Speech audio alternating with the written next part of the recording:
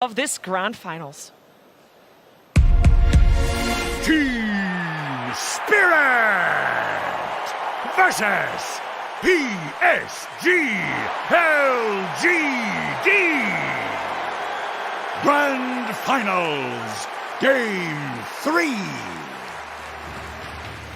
Welcome again to the draft panel of the Grand Finals for Game 3 between Team Spirit and Team LGD. And honestly, no questions this time, because I really want to see exactly how they've adapted their bans to Team Spirit's lineup. We actually saw that LGD, they were choosing first pick before, but they've made an adjustment here and they took second pick. Yeah, it means that now this is all about Team Spirit. Team Spirit is in the driving seat more than ever. They are forcing LGD to, they're making them second guess themselves. They're making the 15-1 group stage team, the upper bracket dominant team, they're making them completely question everything that brought them so far. And that is crazy. So now Team Spirit is leading the charge. LGD is switching things up, maybe trying to put the players back in their comfort zone. We were sitting there watching their body language with Johan, like in this pre-stage kind of area. You know, Ti10, arms crossed, them looking at their feet, not looking at each other, not sharing, energy. This is what you need when you're back against the wall. You need to be there for each other. You need to bring the momentum back. You have to create it somehow, because obviously the Dota is not bringing it.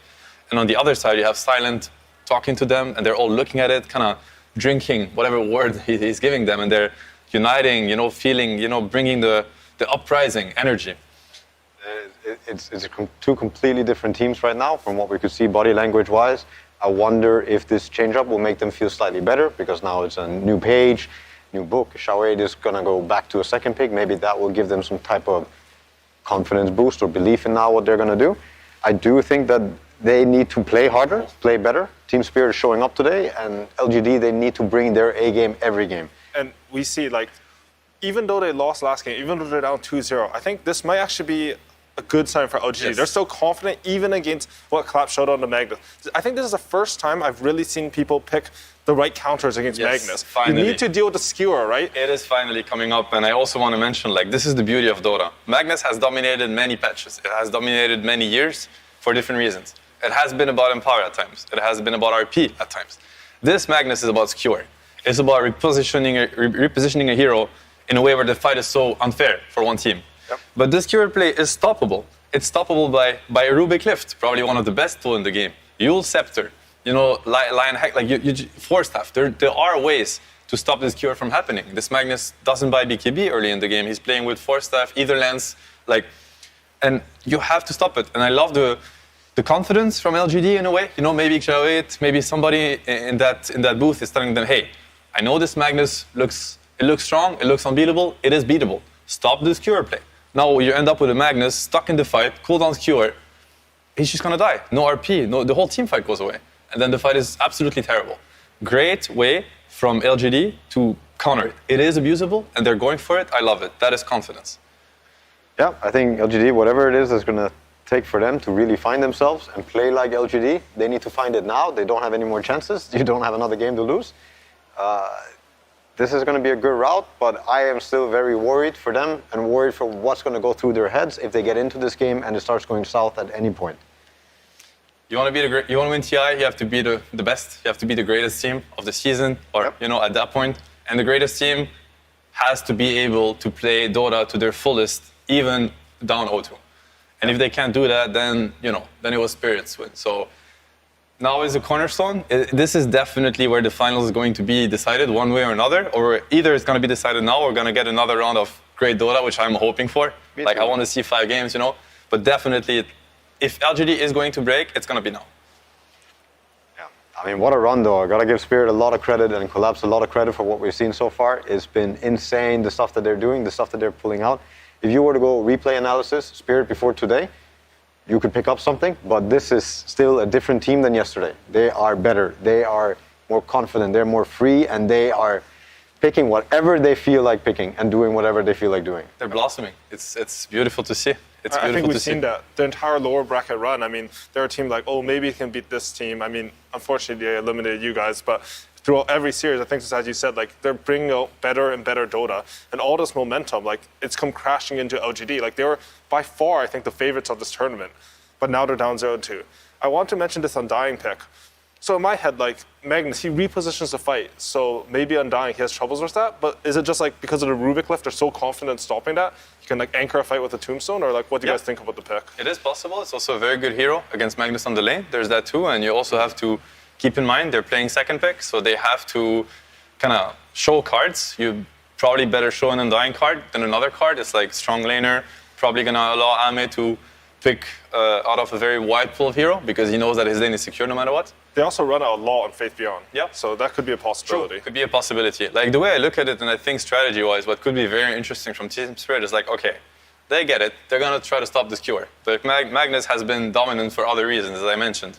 Maybe you can play an Empower strategy, where you can play like you can build up on top of this Magnus, get a hero to, the Mag Jugger, for instance. It's not as much about this cure than other things. You get this Jugger to a very strong moment. The Magnus can play without blinks. We've seen Magnus win games without blink dagger. You just build on top of, he goes back into blink. He can decide to go back into Greaves this game.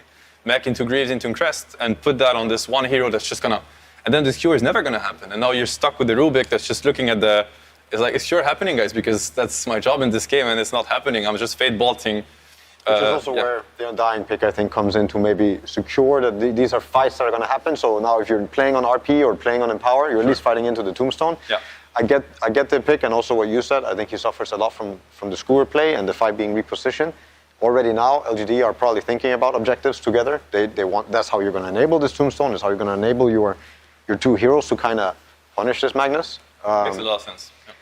Yeah. But we'll see. I'm still worried for LGD. Now I'm seeing things, and I'm seeing this Morphling ban. I think it would also be a good pick for them. They're also worried about like a Willow Morph combo, but it's good against Mag. It would be good with Undying. It's what they're looking for forcing objectives and things like this. I wonder if they're going to have a solid plan going into this, if they're drafting free, or if Xiao 8 is also dealing with all this pressure that they might be feeling, being the favorites, having not lost many games before, and now losing games for like the first time. Ooh. Again, I think it's dealing with the Magnus blink again. They're worried about that skewer. I really like what you said, Seb, about maybe making a pivot on the Magnus style. I think the other thing that this hides is whether Undying is actually a core or not. Because I think that's really what they're thinking about here. That's one thing. I think there's two ways here. If Spirit can play Mag mid, I think it's very interesting this game. The Mag doesn't have to go into the Undying lane. Mag mid is Echo Saber Mag. He's just gonna blink, RP, kill. He doesn't cure back, and he is not gonna care as much about what's being built, and they get also to counterpick the Spectre greatly on the lane. It's a possibility, but they could also decide to double down.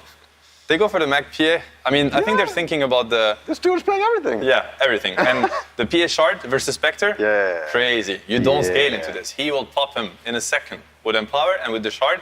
And I'm sure, Yotoro PA, for those that don't know Yotoro well enough, like he is one of the greatest PA players ever. If you encounter him in the pub playing PA or watched him, this is his bread and butter. He's super comfortable. He played it here. I forget who he was playing against him. He got Rampage in that game with PA already at TI.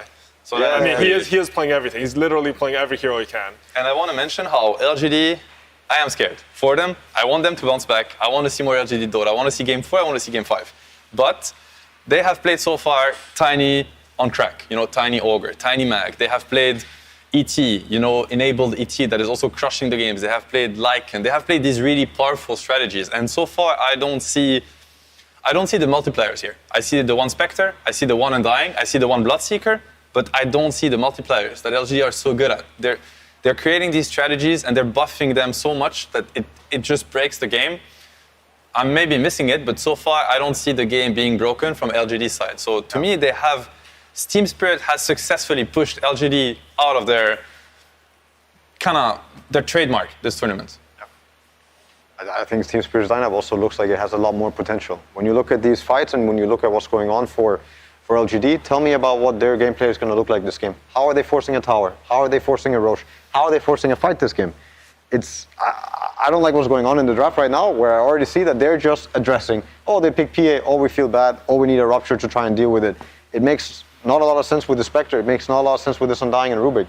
Maybe with the Rubik for the lane, but still, there are picks in the game that could maybe make this come more together, find a way to scale into them, win the fights, get the Roche, play some team fights to actually make it happen for your team. So is that what you think they're lacking on the LGD side? Just need some so it's damage for objectives and maybe some more team fight. Some way to force the fight. It can happen through objectives. It can happen through Roche. It can happen through catching them with a good Spirit hero.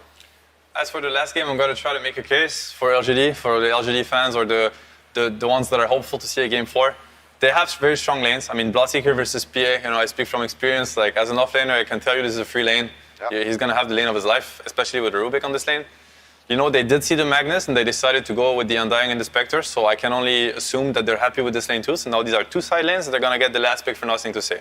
He has proven that he can, you know, truly dumpster a lane if he's given the tools for And it. Tinker's still in the pool this game. Yeah, that's very interesting. I think he plays an insane Tinker. They also have a way to force these fights. I mean, at the end of the day, they do have Rupture plus Tombstone, and that is a way to fix the fight somewhere, you know, and force them to fight into the Tombstone, give the Rubik freedom to position himself around the fight how he wants and gets his spells off. And, you know, and we all know what Xingqiu can do when he's enabled in these fights.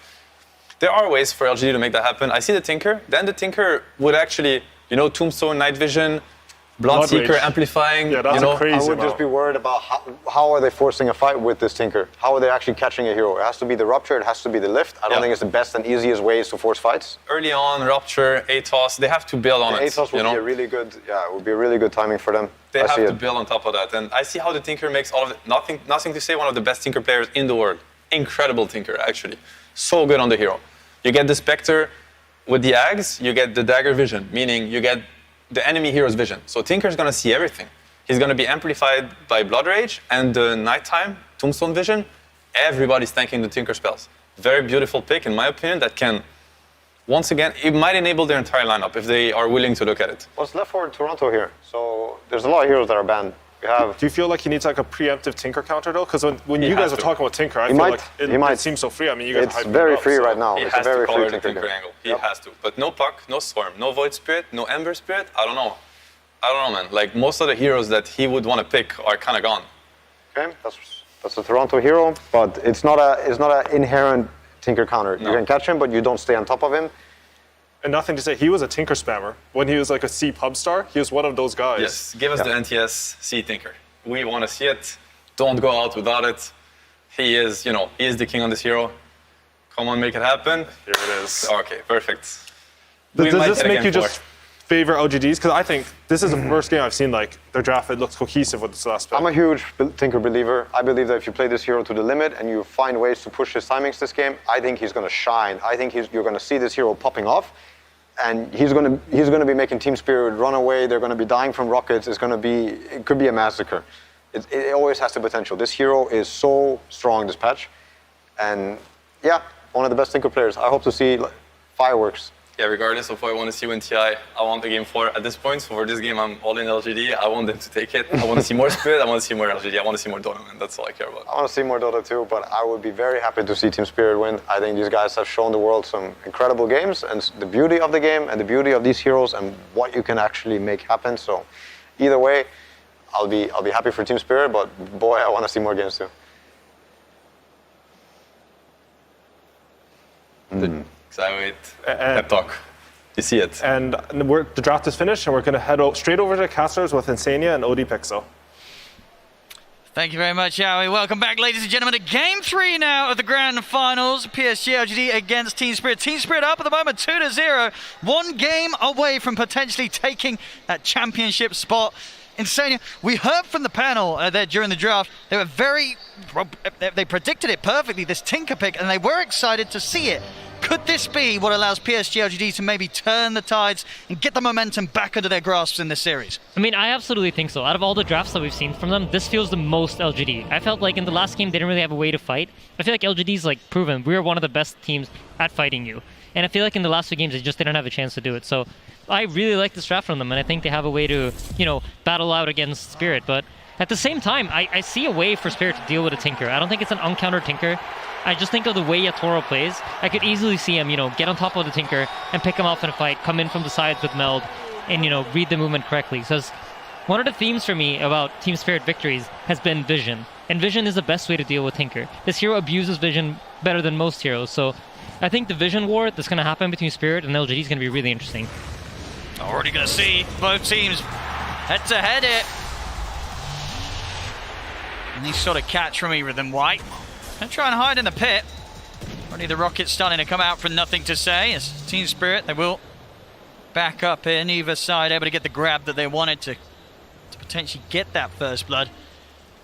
But let's see, as you say, definite potential here for PSG.LGD and their lineup but as we've seen so far, 2 games in which T.Spirit have looked to be completely in their comfort zone, and it does seem the pressure, it's certainly more so there for PSG.LGD in this series.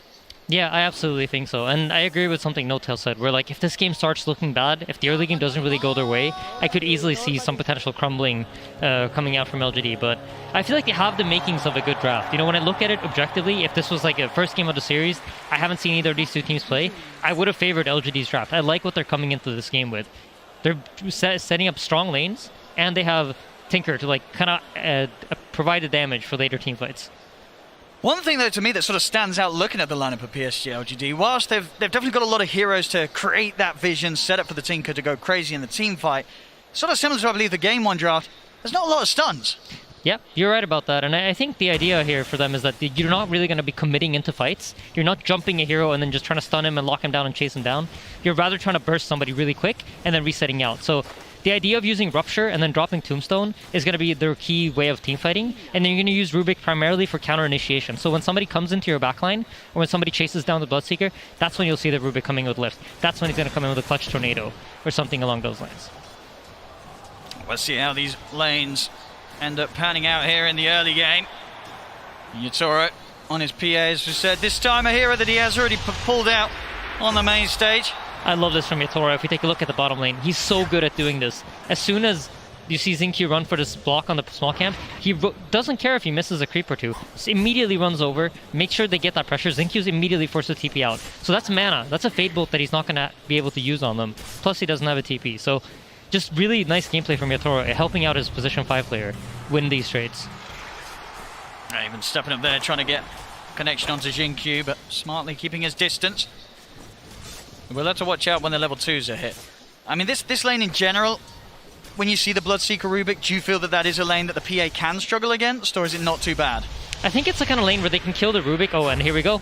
This might be first blood. They're going to try. They get into Thunderstrikes there. Maposhka. First blood for him down in this lane. The trades favoring them here between the supports.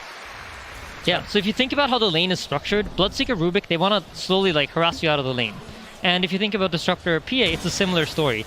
But Disruptor PA have kill threat on Rubik because the silence from Bloodseeker is so slow that he can't really save his Rubik if they go on him. My goodness, look at this aggression in mid from Toronto Tokyo. Really pulling back, nothing to say. Yep. He does have his bottle though, and the water runes are up, so he should be easily be able to run to the top one and pick it up for himself. Yeah, up top, Collapse is taking a lot of pressure here from the Spectre Undying.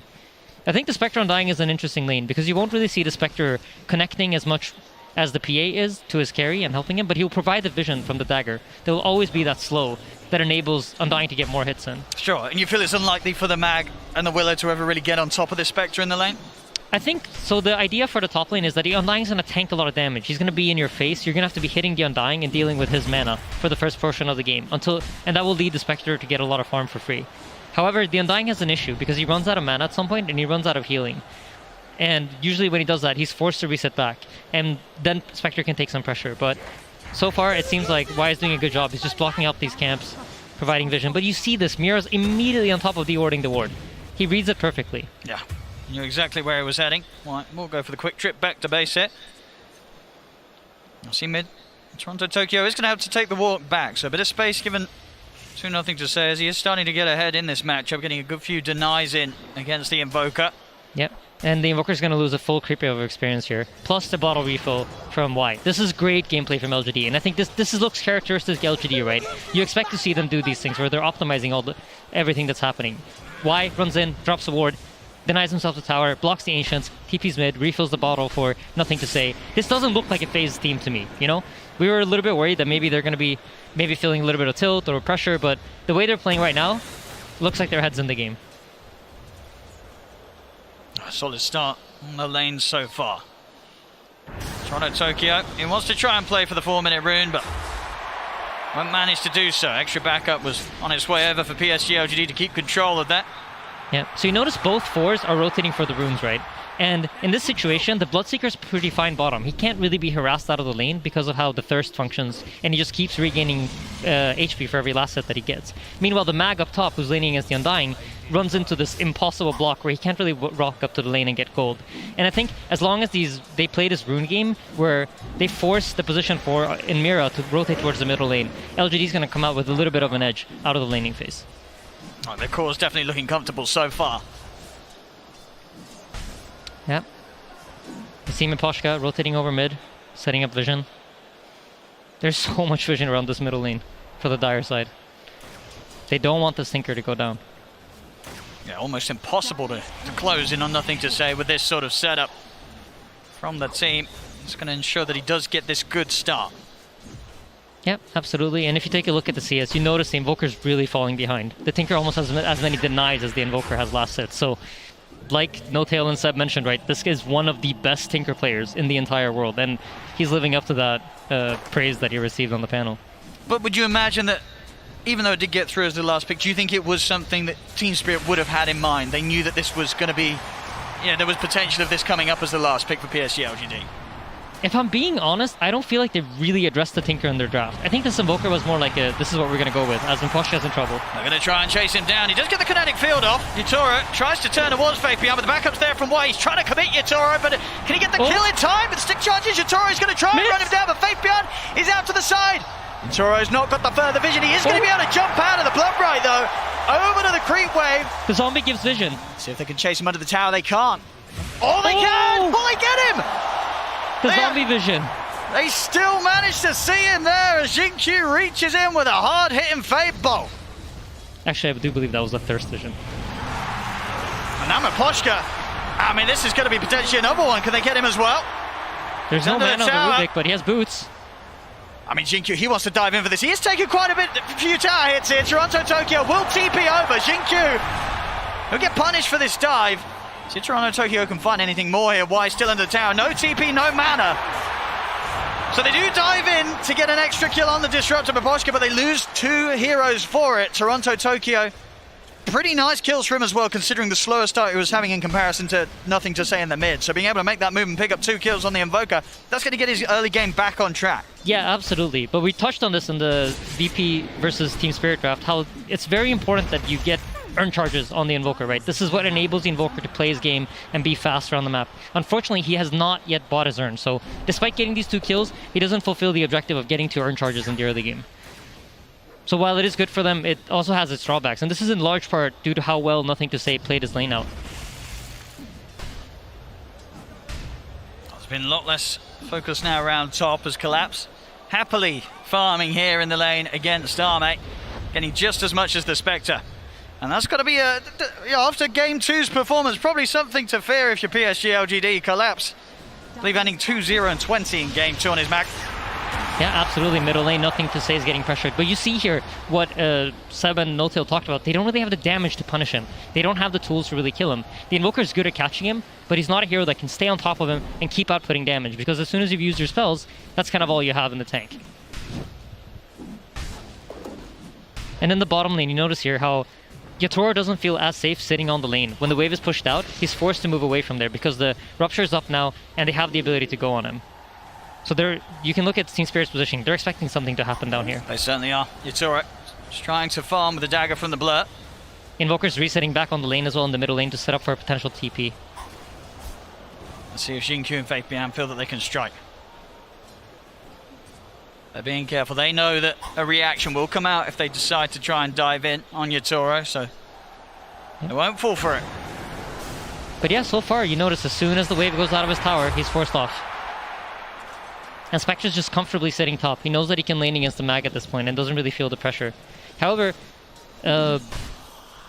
despite all of this, Spirit does have a slight gold lead all around. Incredibly close though. PSG.LGD, they're bringing extra numbers down bottom. White, he's ready to join. They want to dive in for Yatoro. They commit with the Rupture here. Horn over as well. They're in onto the PA. Yatoro will fall. See if they can get Miposhka as well with the 4 of them and the Tombstone down. They certainly can. The pressure mounting from PSG.LGD down on this bottom lane. They know that they can get in and get away with this, especially with the global backup of Arme. Yeah, absolutely. And this is one of the strengths of Undying in the early game, because once you place that Tombstone, the enemy team doesn't really want to TP in. They couldn't really respond with their heroes the way they wanted to. Mira started his TP, but immediately cancelled it, recognizing that, you know what, I can't TP into the Tombstone. It's not going to be a good fight for me. See Collapse trying to play around with Jinkyu. They do have further members coming up. T.Spirit off the back of those deaths down bottom. You know, Yatoro, he'll move himself up to the top half of the map to farm up here. Tier 1 tower will be lost. PSG.LGD with an early objective.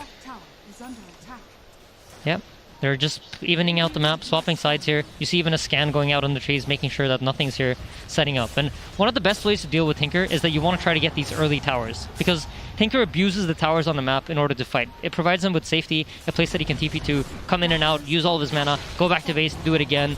So it's important for T.Spirit to try to get the towers early, because once Tinker comes online, it's going to be very difficult for them to do it.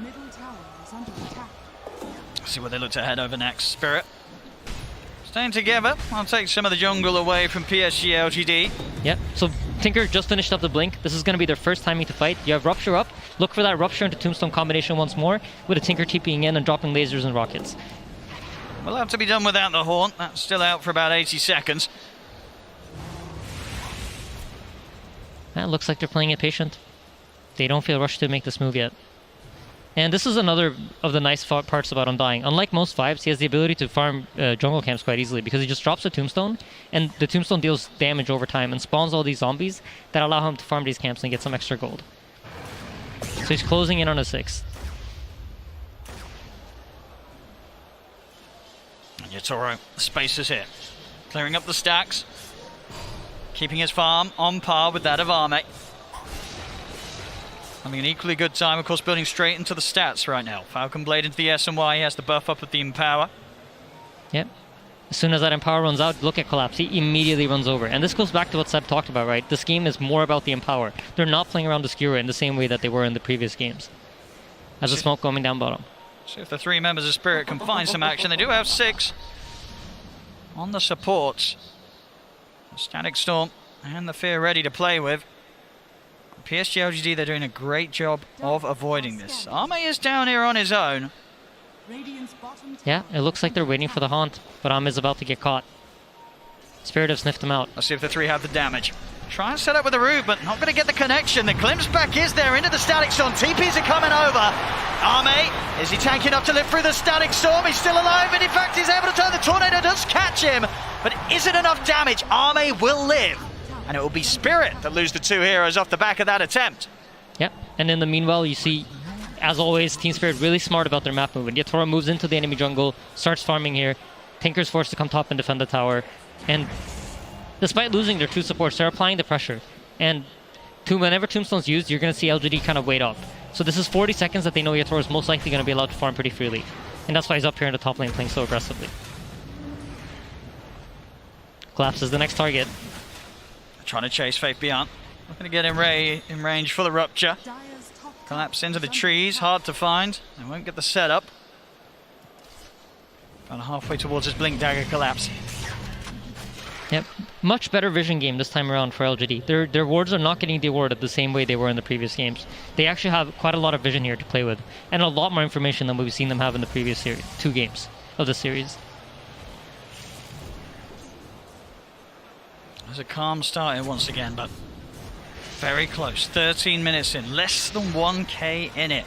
PSG.LGD, despite the 2 rough games they've had so far against Spirit, seemingly regaining their control that's managed to drive them straight through the upper bracket into this grand finals. Let's see if they can keep it up. Bottom, Spirit. Start for a bit of a poke onto Y. Just the 2 of them is not enough to deal with the Undying. Not going to look to commit anything else here, Spirit. They know there's potentially backup behind the Undying. Yeah, and the Tinker's deciding to go for the Aghanim Scepter. The way this works is whenever he lasers someone, they lose a chunk of their maximum HP. So versus these type of heroes that T.Spirit has, he's going to be very, very quick at killing them out. Look at this quick move. Yatoro, he's in on a Faith Beyond. They're looking to try and burst the Bloodseeker, but the counterplay comes in. Arme with the Haunt, looks to collapse, jumps over towards Yatoro. Yatoro trying for the TPO, he's away. But Collapse, there'll be no escape for him. Yeah, just great presence here from LGD. Now they're the ones that are allowed to respond, and it seems like they understand now how Spirit's playing the pace of the map, and they understand what Spirit wants to do. They're going to make assumptions based on your movement. And it feels like LGD are getting a better and better read of it. And yeah, I think that's largely due to the fact that they're able to establish more vision on the map this time around. It's alright. Back to the farm. Wants to at least get his S and Y done before turning up to the fights. But even with just that, the BKB may be something that he wants to hold back until he has as well. Tinker Laser will never be fun to play against as a PA when he's trying to focus targets. Bottom lane. See another attempt with a static storm. This time round, do they have enough damage? They've got the catch onto Arme. He's trying to get away, but he will fall. This time round, Spirit, they'll get the big kill, but it has cost them both supports' lives. We'll see Toronto Tokyo trying to escape, but they got any way to find him here. There's one more sentry. He's into the trees. He's out for the There is a lift and a glimpse. Ooh! Not quite able to get round to the trees to get that set up as Toronto Tokyo makes it out of there. They lose 2 supports, they get the Spectre. You happy with that if you're Spirit? I think Spirit's okay with it. I think this is like, LGD recognize that our Tinker is so strong right now. There's no real counterplay. Even if the PA gets on top of him right now, the PA doesn't deal enough damage to burst him. So I think for LGD, you want to try to abuse this timing where your Tinker's very strong and he's outputting damage. And Ahmed dying once or twice here or there while he doesn't have Haunt isn't the worst for them as long as they get some sort of response in return. Back to the farming and 800 or so, the axe to be done on Arme. They are on track to hit a very good timing. And we've seen already the responses from PSG.LGD each and every time Spirit try and make a move have been top tier.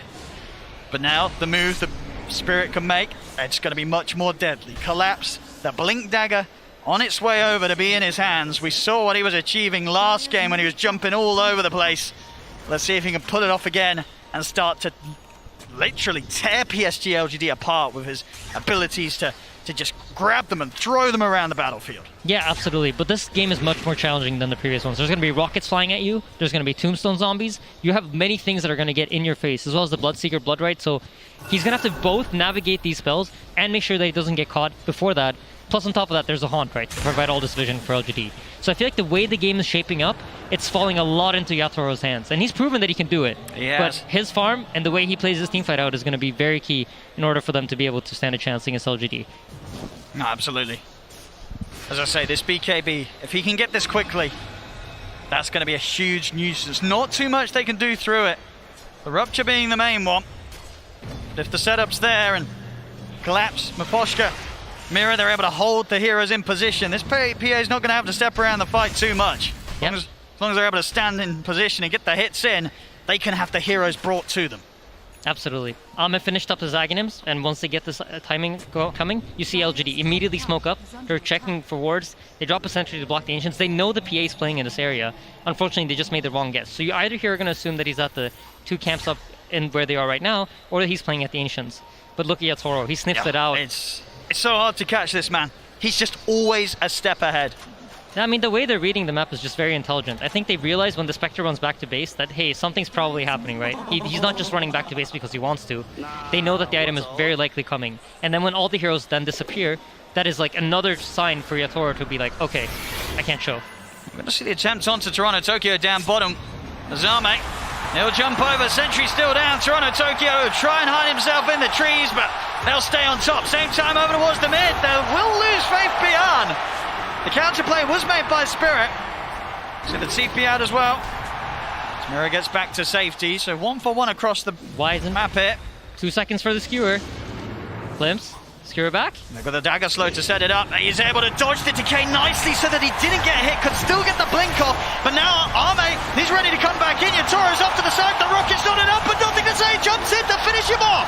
The fear, the counterplay here from Spirit. Nothing to say, is caught underneath the tower. Have they got enough damage here from the Willow and the Magnus to start onto the 2 of them underneath the tower? Nothing to say. Surely going to go down. He will collapse. Skewer over into the trees. Collapse. He's still alive here. Can they quite find him? Wise coming back over. Steps into Collapse. Finally, they burst him with a Fame Ball. But this battle underneath the tower, it's costing PSG.LGD lives as well. The route down, catching the 2, pushing them back into it with a deafening blast. Arme, he's going to turn back over towards Toronto Tokyo. He's going to jump in, close the gap onto the Invoker Mirror Maposh. Can they help him out? They cannot. Arme able to finish off Toronto Tokyo as well. That was beautiful. I love the way Nothing to Say played that team fight. He recognized that if this PA is dead, there's no damage coming out of the Spirit draft. So trading his life for PA is really what enabled this entire fight to happen. You'll see a lot of Tinker players just, they're like, I'm not going to go in, I might die. But he recognized that my death is worth it if I can take the PA with me. Just beautifully executed there from LGD. Ame also, small thing in the fight, TP's back to base, heals up, uses Aghanim Scepter to jump back into the team fight and get those last couple of kills. And I mean, it's crazy. We're seeing the power of that Shadow Step. He's in and out consistently, that 30-second cooldown, easily able to do it a couple of times in a team fight. Yeah, Mira, nice play. Knows there's no stuns that can catch him here, so there's no skewer on the Rubik. He's not going to get caught during that. We have another big interesting item coming up. There's going to be the Holy Locket for the Undying. And once he has Soul Rip maxed out, okay, he already has Soul Rip maxed out, together with the Holy Locket, this healing is ridiculous. So basically the way it works is the more units there are, the more you're going to heal. And with Tombstone and the way it functions, you just spawn a bunch of extra units. So you're almost always going to get that maxed out heal. So any sort of healing tool, together with Spectre's Dispersion, just deals incredible amounts of damage in the team fights. I feel like LGD's draft is really coming together now. Yeah, absolutely. So in a way that we just haven't seen from them so far in this series. Mid lane, they're looking at jumping onto Toronto Tokyo. Will be able to turn with a quick tornado. The attention from PSG.LGD will turn over towards Mira. Into the Shadow Realm though. They still want to dive this, dropping down the Tombstone, just full aggression from PSG.LGD, diving past the Tier 1 tower. The Rockets, they're coming in on Toronto Tokyo. He's got to get out, but he can't. Army! He's in straight on top of him. That's just beautiful. They're abusing these vision tools so nicely. You have the Tombstone, you have the Bloodseeker. There's so many ways to get vision in these team fights. I mean, this Arme Spectre's looking pretty spooky. He's picking up the kills, the involvement here. PSG.LGD just fighting in a way that we haven't seen from them so far in this series. We'll see the jump forward onto Faith Pian. Underneath the tower, he'll be caught, but the heal comes out. He is trapped in the Static Storm, trying to run, but the Thunderstrike finishes him off. TP's coming in from Spirit. Why? Trying to dive in onto Yatoro. Another Soul Rip, healing Y up. He's going to stay on top of the PA, but the hits come out. Yatoro takes him down. He's able to get away. Oh, that was close. See if they can pick up Mira as well. They can. Nothing to say. In with the laser. And out he goes as well, picking up the action. 2K lead now for PSG.LGD. They're starting to break down Spirit. Yep, they absolutely are, but a very, very important item is about to come into the game, and that is the PA BKB. He's 100 gold off of it, and he's going to have it in the next team fight. And the way this changes the game is the Tinker can no longer just laser the PA and force him to reset out. Yatoro's going to have 9 seconds where he decides what he wants to do. And if those 9 seconds get him the right kills, that's going to be everything they need in order to win the fight. And during that time, Yatoro, where's he looking first? Is it sort of this Tinker? Does he have to just commit onto nothing to say to eliminate the threat from for the rest of his team? I mean, the ideal scenario, right, is that you kill the Tinker with the PA BKB, because the only thing really covering you against the Tinker is that BKB. Once that BKB runs out, you're going to see the Tinker lasering you, rocketing you, refreshing, laser rocket again. So the ideal scenario for him is he's allowed to meld and kind of hang around the fight as it breaks out, and then once the Tinker commits in, that's when he jumps. We've got a smoke coming in from PSG.LGD. They are very ready to fight. Especially with Arme. He's heading back to base to reset. He's ready to Shadow Step in if he's needed. Tombstone on the high ground. Yeah, Collapse is just TPing out. Excellent kinetic field from Eposhka. Stops them from being able to chase in. Put a stop to the escape here from Spirit. Looks like Spirit might want to chase into this though, but they should recognize that Tombstone's been dropped on the high ground, and it might be a hard fight for them. I mean, Yatoro, he's going to commit with the BKB.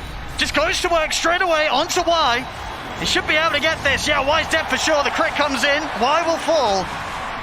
LGD are hanging around though. They recognize the importance of this BKB. Yeah, they've got a bit of a window now to maybe punish if Spirit stick around, but they won't. Back behind the Tier 2 tower, Spirit will hold back. Yeah, it's a tense game.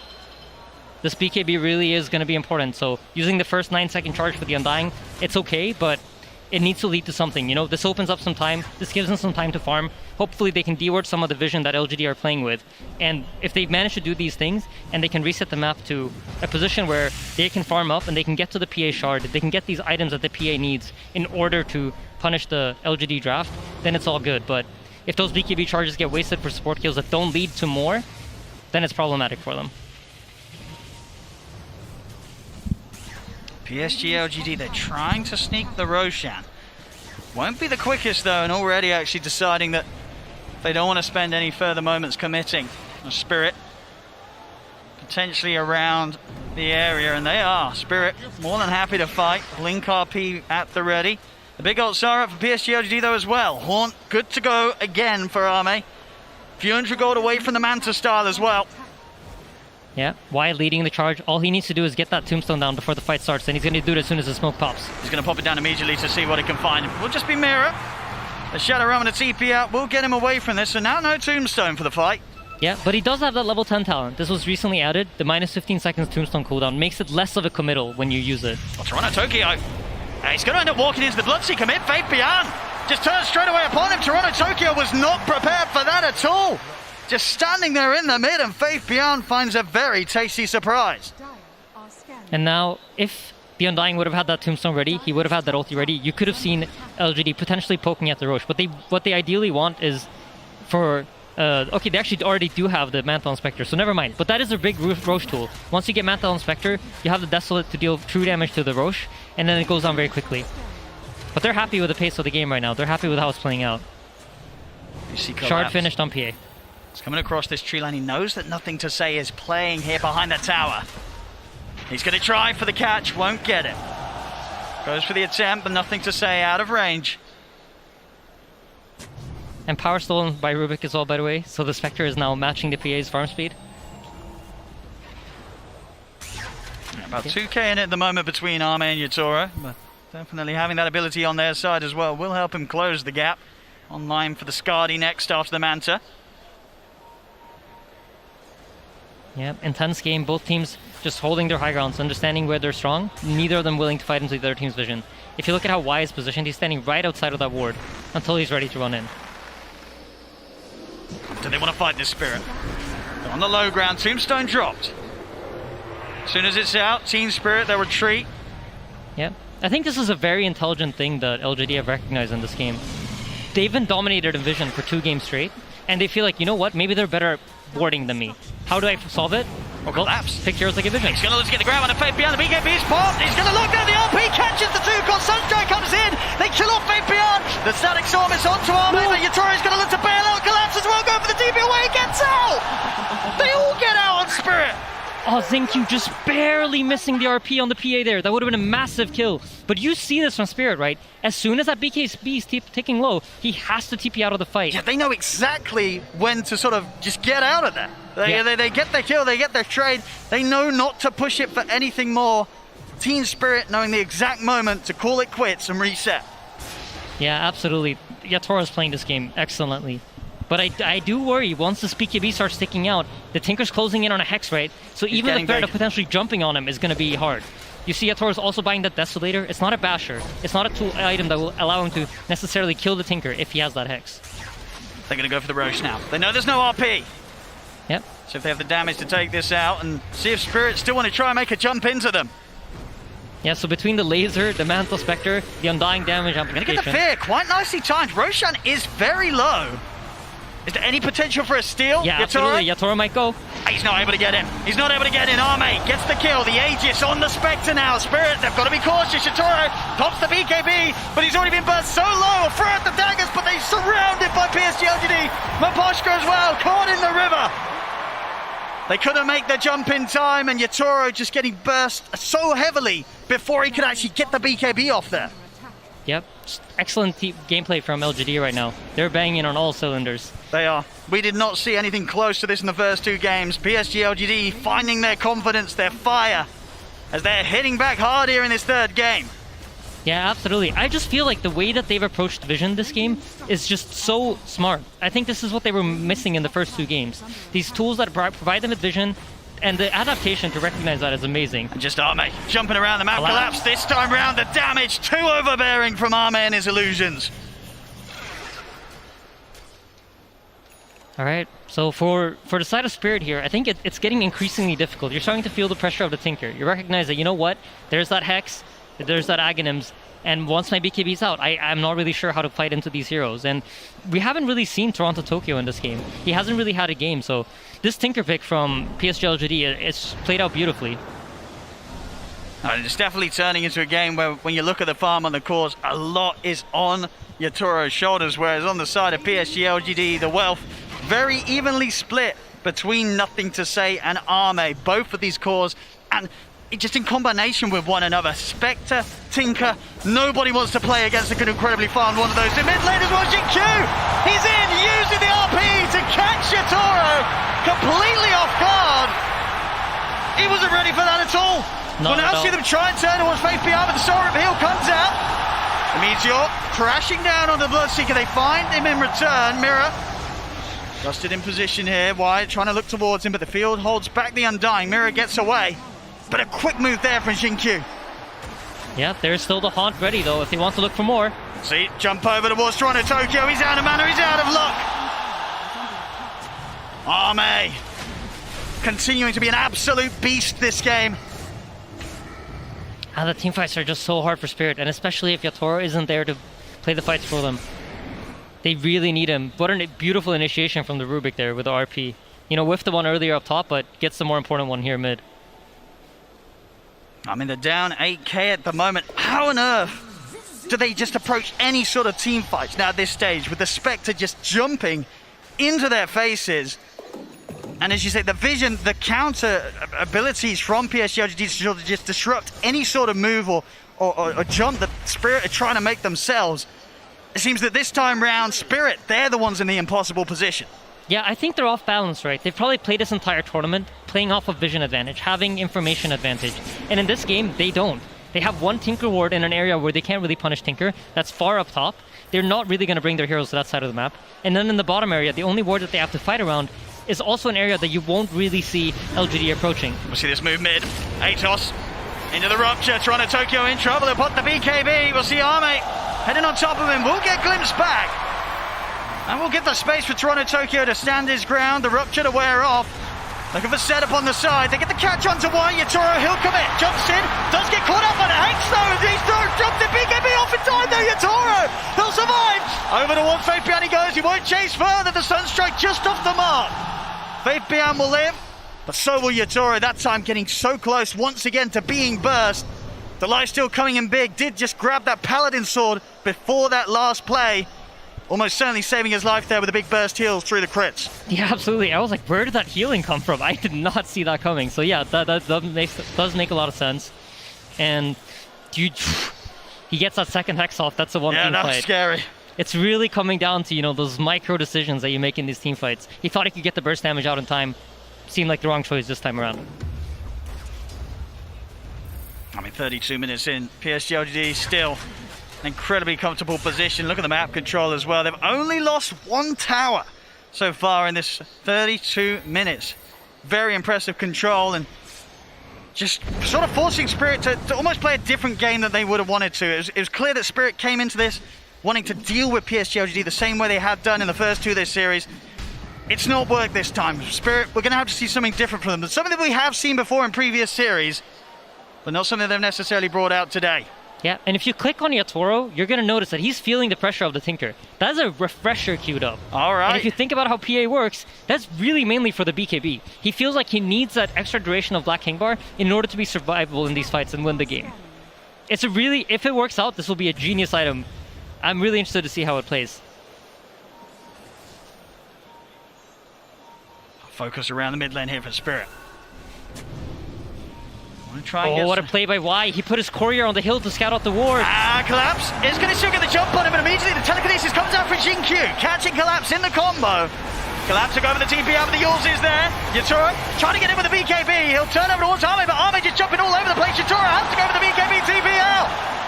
Collapse goes down. Yatoro will be able to save himself. PSG.LGD, they're looking to see if they can chase for more. Faith Bian trying to run down Toronto Tokyo. But the Invoker, just as speedy as himself, will manage to break away. What an unbelievable play by Y though. He just put his courier on this hill, waiting for that ward to come out, recognizing that if they smoke, middle lane's where they're going to go. I know they're going for more. They're ready to try and get the jump in onto Yatoro, but Yatoro blinking straight over to the safety of Mirror on the high ground. Means they won't get a further catch in. PSG.LGD they'll now look to back off. Still 30 seconds without Collapse.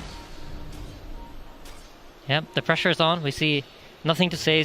Buying that Aeon Disc. He was queuing up the BKB, recognizing though, the problem for me is not really the magic damage. It's potentially getting locked down by the PA and getting bursted. So Aeon Disc will solve that problem for him. And their items are just gearing them up to not die. You see also, same thing for Ame. He knows that PA doesn't really want to buy an MKB. It's not an item you traditionally see on the PA. It forces PA to deviate from a standard item build. So buying that butterfly here is going to force the PA to play his game. And now the PA is suddenly reacting to the Spectre's item instead of the other way around. Because what do you do in this situation now, Yatoro? What is the call with his next item? It's a hard decision, right? Yeah. And this is what LGD are doing so well. They're forcing you into a position where you might make a mistake. Maybe he buys the wrong item. Maybe he now decides to go for the MKB, but then his BKB is too short to fight. Or you're just making this problematic for T.Spirit. You want to make it as hard as possible for Yatoro to do what's right. He's even thinking about the Ags as well. A lot of options here for Yatoro. Yeah, it's a difficult choice. I don't know what the right one is. And we'll see if he does either. A very tough place to play from.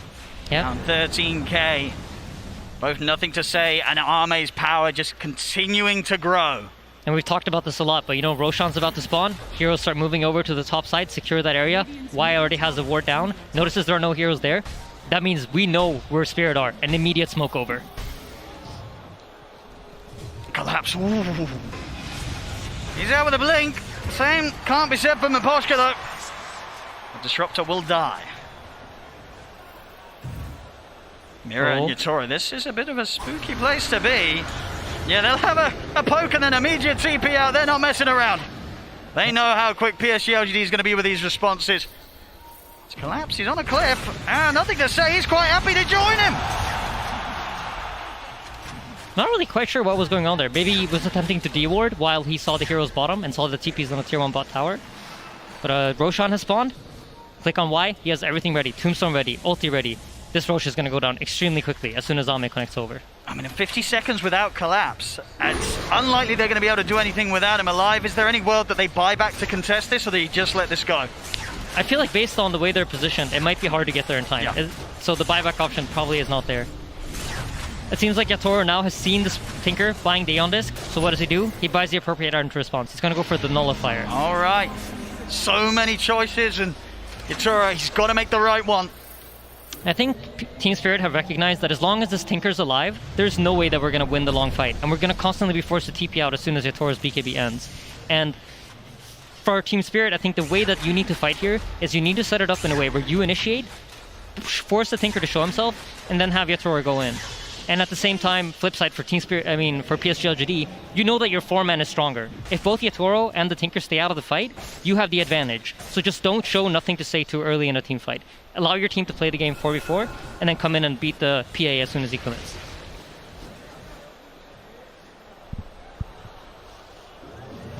Again, falling back into a bit of a peaceful era here for T.Spirit, at least, where they don't have any interest in meeting PSG.LGD head-to-head whilst there is the Aegis on Arme. And for the first time in this game, Spirit has finally been able to establish some sort of vision in the bottom area of the map. We noticed them doing this time after time. When they fall behind, they like to take over the enemy triangle. They feel like it's a comfortable place for them to fight in. And even in this game, you notice it. Here we go again. Up into this radiant triangle, or dire triangle. Wait for the Tinker to show up. If the Tinker comes to that wave, they're going to be right on top of him. But it seems like Nothing to Say has played plenty of Tinker games. He recognizes that this is the only way I might get caught. Yeah, he's got a lot under his belt here, Nothing to Say. As Arme, a quick jump over to the bottom lane, adding another kill to his scoreboard. 9, 1, and 15. Yeah, and interestingly enough, he's gone for the Haunt Illusion damage on 25. And we'll see here. An attempt of a play, Yatoro is going to get caught out by the bash. And he's got to get out of it, Yatoro. He'll go for the BKB TP out. The disarmament is there onto the Spectre, so no chance of a bash. As Yatoro will get out the same. Not to be said for Toronto Tokyo, though, as Nothing to Say has his number. I mean, Nothing to Say has really turned it up this game. I mean, I'm really impressed with his Tinker decision making. It's just very, very intelligent. Has not gotten caught a single time farming lanes, I think. And the way he teamfights is just beautiful. He knows what to wait for. He knows who to look for. This is a completely different PSG.LGD. It really is. Compared to the first two games. It really, really is. It's looking fantastic. This is the power that we've seen from PSG.LGD in the series before, in this run in the upper bracket.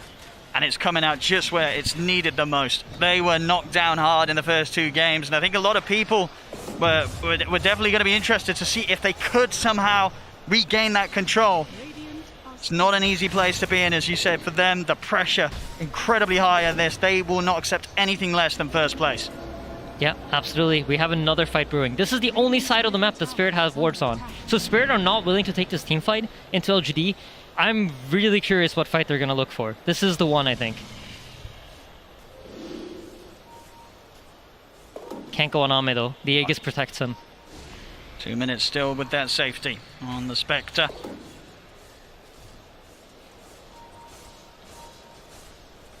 But yeah, if we think about the mentality of LGD coming into this game, right, the pressure was definitely on them. I mean, Johan and Seb talked about what they saw backstage, what they saw in their expressions. I'm sure this kind of momentum for them is huge. And it's something that you need in order to win TI, right? You need to have that attitude of champions. Look at this jump. Look at the dust out. BKB, we still see the jump from Ame. He's in with the bash onto Toronto, Tokyo. Let's push back with the deafening blast, but they're in with the grab. Nothing to say. He's in with the nukes. He's playing with so much confidence on this Tinker. I was talking about how he needs to wait out for the PA, but he recognizes, you know what, there's no way to PA his bottom here, and just full commits into their base. He's level 26 on this Tinker right now. He is incredibly farmed. He's going to finish a Bloodstone too, or an Octarine Core, sorry. I mean, without a doubt, we saw how much Collapse could do last game when he was just in the lead, ahead, just playing around with his food.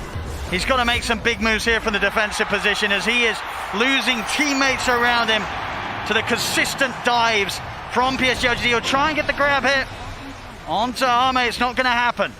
Forced back to the fountain. As PSG.LGD, they've got all the space in the world to push in onto the tier 3.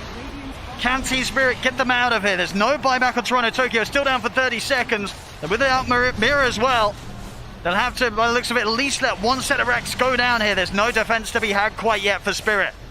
That's so hard to fight into this Tombstone. You saw Yatoro kind of thinking about it. He was looking for that potential wraparound, but recognizing that, you know what, my team won't be able to support me. Even if I can catch the Tinker in the backlines, I don't have the power to kill him on my own. Look how much money he's got. 6k gold in the bank here. Nothing to say. He can really start picking up whatever he wants now. Just filling up those inventory slots. Yeah, absolutely. Finishes up that Octarine Core. Just wants the mana pool. Ooh. We'll have a momentary pause here.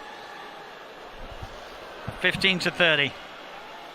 24,000 net worth lead for PSG.LGD. The numbers looking very good for them right now. I have a hard time. I'm trying to think of scenarios for Spirit. It feels difficult to find a way to do it. But I really like this choice from Yatoro. I think this refresher could be genius. It could just be the thing that they need. I mean, the problem is, even if they get these kills right on the defensive Team Spirit, it's a Spectre and a Tinker. You kill these heroes, they're buying back. Their boots are traveling over. They're haunting in. They're shadow stepping back into the action. Killing them once is not going to be enough. PSG.LGD will use the opportunity to get in and destroy you, even if they lose a core at the start. Yeah, absolutely. I mean, you're totally right about that, Owen. And that is why they are so far ahead, right? They have all these options. They have all of these tools. But if anything could potentially catch them off guard, I mean, PA refresher, when have you seen that? I think once that BKB runs out, expect Nothing to Say to blink in to be ready to hex. And if he gets that refresher off, if Nothing to Say didn't click on a PA, that could mean his death. I mean, it would be quite something if this build does have the impact possible. But will it be enough? It seems like a pretty big ask here when they're as down as much as they are in this game 3. Let me tell you, as a player in this position, these kind of pauses, it's the worst thing that could possibly happen. It throws you off your momentum. Well, for who? The team that's ahead or behind? I mean, I'd say for both. Yeah. I think it's really sad for both sides. I wouldn't say it's like, oh, Spirit's getting an advantage. But when you are playing like the pressure, you're playing with the way LGD are, your mind is so zoned in into thinking, what are they doing now? Where are they moving next? How far could they have potentially gotten in the time that it's gone from me last seeing them on the map? And all of these small micro senses that you have where, like, let's say Yatoro shows on the top lane and then 15 seconds passes, you know where Yatoro approximately could be because you know how fast the hero moves. Everything like that, it's thrown off by this kind of pause. And that's why usually, if you think about it, after pauses in pro games, you see somebody getting picked off or somebody making the wrong judgment call. And it's because this like micro senses that you're used to playing off of gets thrown off. Especially in a game such high stakes here as the grand finals. the International 10. Spirit, as you can see, up 2-0 right now in this best of 5. But as this game 3 goes, looks like PSG.LGD will be able to stop the potential of a 3-0 clean sweep here for Spirit. I just really hope there's no initiation in the next 30 seconds after this pause, because that would really suck for both sides. Here we go. We're ready to get the action back on its way, ladies and gentlemen.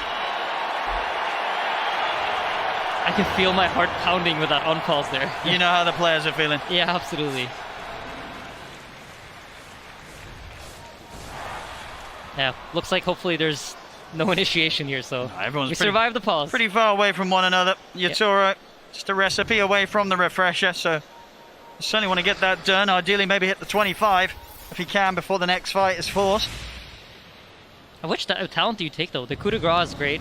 You get more damage, but the tripling stifling dagger might just catch out a support and one-shot it while you're not paying attention.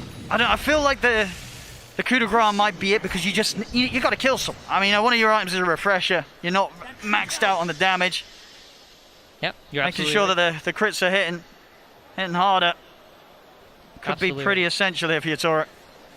But then again, the triple is nice if you know like mega creeps are going to be coming in, if you feel like you're losing some lanes of barracks, so you need to push back out. So I'm also the options thinking there. for the team fight, right? How we know that Yatoro has to wait out. He can't fully commit straight at the start, That's because then true. he'll be forced to waste his BKB. And maybe they do have, of course, the Empower. You know, Yeah. the triple stifling daggers with the Empower on them. That's pretty nasty. Quick fingers from Toronto Tokyo, but he's caught. Yeah, they've got to catch it. BKB, and he'll try and walk away. See if he's able to make it out. He's been ruptured. He's going for the TP out, but the BKB comes to an end. And so does his escape. He'll try and hold them back with a tornado, but there's nothing more to hold them back with. Yatoro, he's going to be the new focus. Static Sword from Aposka down into the trees to try and stop the chase. Fabian committing with the BKB, but Yatoro will manage to make it out. Aposka as well in the trees, hidden out as he TPs. Yeah, beautiful reset there from T.Spirit. I actually thought they were going to have way more casualties, but quick fingers from Yatoro, blinking on top of Mboshka. Great team play there with the Static Storm to cancel. Tinker potentially chasing for more kills. So yeah, he has taken the chance here, amping up the damage. The gold for that refresher orb, just a few hundred away. I'm so excited for this refresher. Just I'm if gonna some be sort honest. of I big just wanna brain see- play comes out. Yeah, exactly. I want to know Yeah. how it plays out. And now he has it. He does.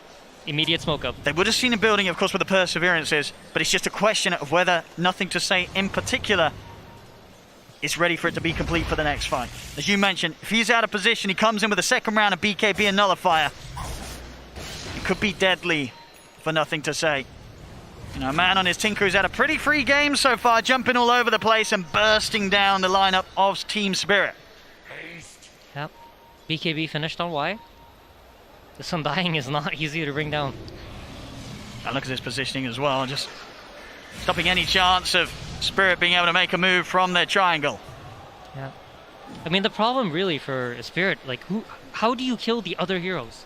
If not PA. If PA can't commit on them, how does anything die?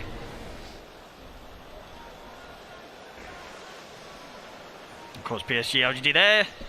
You're going to be feeling very comfortable. Nothing to say in Arme, more than happy to farm up sort of their 6th item. Looking for the Orchid into the Bloodthorn here for Arme. Nothing to say. He's getting close to having the comfort of the overwhelming blink, maybe even holding on for his buyback as well. Yatoro? Oh, He's caught. He has been caught here. He needs help and he needs it now. The BKB comes out. It has been ruptured though. Not much that he can do. And Arme, he's in with the illusion, surrounds him.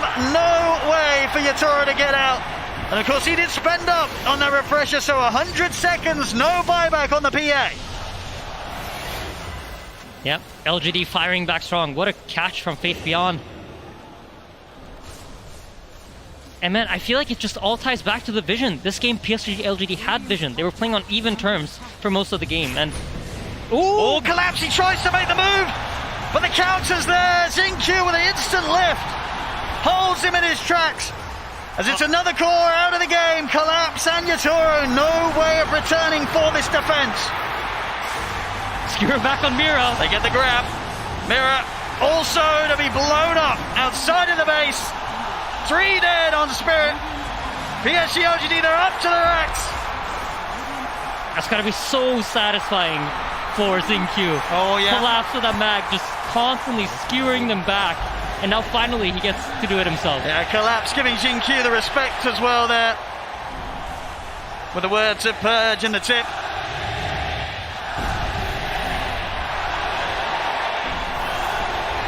I mean, this is what the PSG.LGD fans expected to see from them in this grand finals. They just took a bit of time to turn up today, needed a bit of warm-up. The first 2 games, that was that.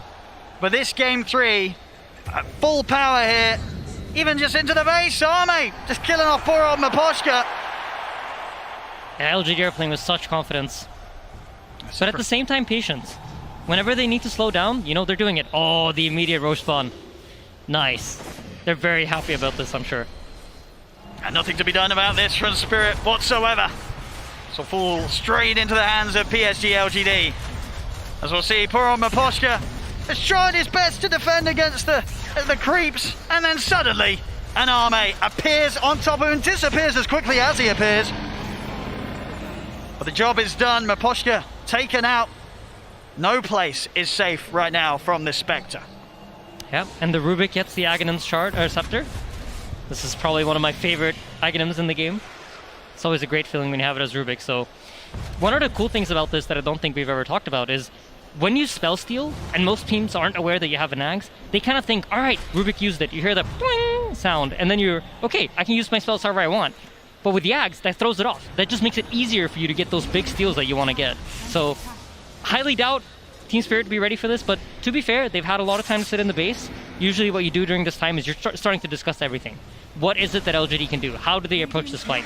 What are they going to be looking for? What are we looking for? What are our objectives here? Which heroes do we need to go on? What spells do we need to save? All these things should be discussed for Spirit, and they should have a structured fight in mind here, because you can predict what's going to happen. I mean, 40,000 gold down right now, Spirit. PSG.LGD. It looks like a pretty smooth sailing here to the victory. Is there really anything the Spirit can pull off whilst this far behind? I mean, it's a matter of finding the Tinker. I really think so. Of course, you can always win. In Dota, I feel like you always have the option of winning. And especially in late game, yeah, there's 40,000 net worth differentiating you, but there's no amount of net worth that will make up for a bad positioning or, you know, the clutch play. So formations is really important here for LGD. And if Yatora can find some sort of backline kill, that could open the fight up entirely. Approaching the final set of barracks here, the jump in underneath the tier 4s, they're in on him at Maposhka. He's gone, Collapse will try and jump in with the skewer back onto Arme. Yatori's committed onto the front lines with the BKB, but he's been disarmed, gets the Phantom Knives off. Now turns everyone's wide, but look how much HP Wide's got. Yatora, refresher, doesn't want to commit for another round, nothing to say, with an X, they've locked down Yatora. Yatora to fall, buyback at the ready.